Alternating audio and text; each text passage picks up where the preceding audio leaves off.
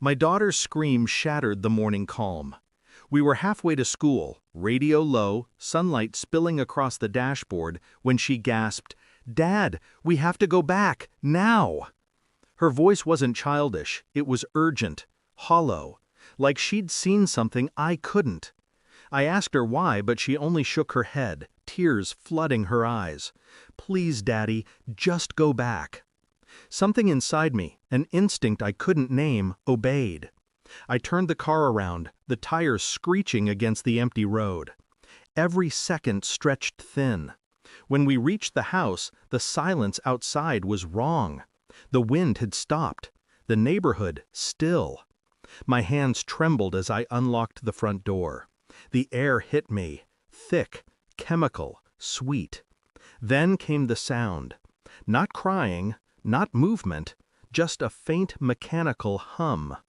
My mind fractured into images, the sitter's smile, her quiet questions about our routines, her too eager offers to help.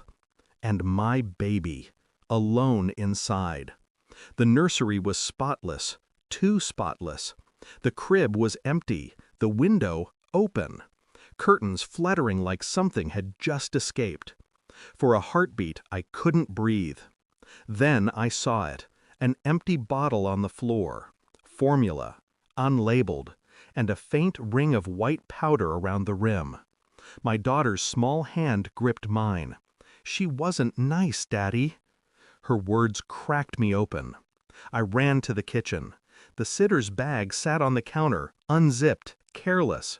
Inside, a burner phone, cash, a passport.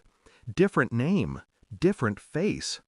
My wife had hired her, insisted on her, said she was recommended by a friend I'd never met. That's when the truth began to bleed through the edges of my panic.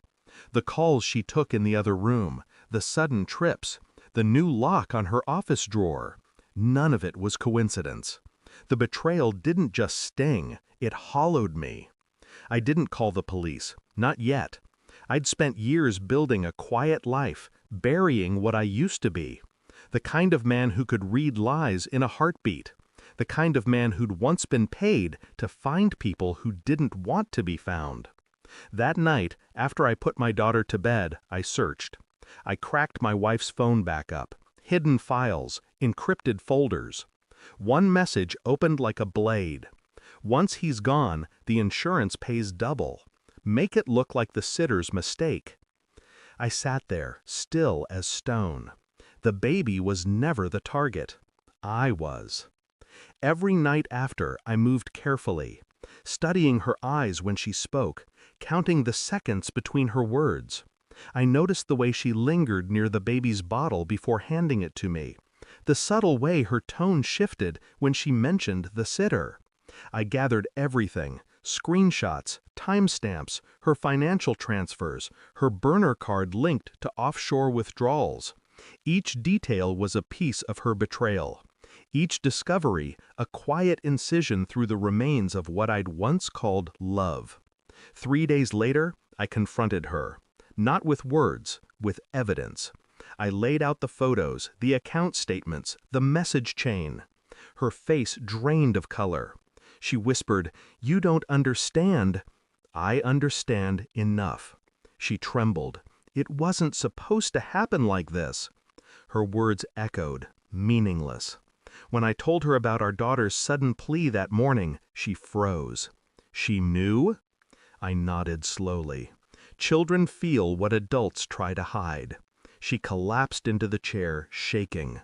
"You were supposed to be gone." I watched her fall apart, emotionless. Inside, I was already gone. That night, I sent every file to the authorities. Anonymous drop, timed release, insurance fraud, conspiracy to commit homicide. The evidence spoke louder than I ever could. Then I walked into the nursery. The nightlight glowed softly. My baby breathed in tiny, fragile intervals. My older daughter sloughed with one arm hanging off the bed, her fingers open toward the door, trusting, unafraid. I turned off the monitor. When the sirens came hours later, I didn't flinch. I watched through the window as they took her away, barefoot, sobbing, mascara streaked like shadows of what she'd pretended to be. She looked up once, searching for something in me, forgiveness maybe. All she found was the reflection of what she'd made. It's been weeks. The house is quiet again, too quiet. Sometimes I catch myself standing at the nursery door, listening for the hum of danger that used to live in our walls. It's gone now. My daughter still asks why we came home that morning. I tell her the truth I can bear. Because you knew something I didn't. She smiles, then runs off to play. And I stay there a moment longer, feeling the cold satisfaction settle in my chest. The clarity that comes only after surviving betrayal. I didn't lose my family that day. I lost an illusion.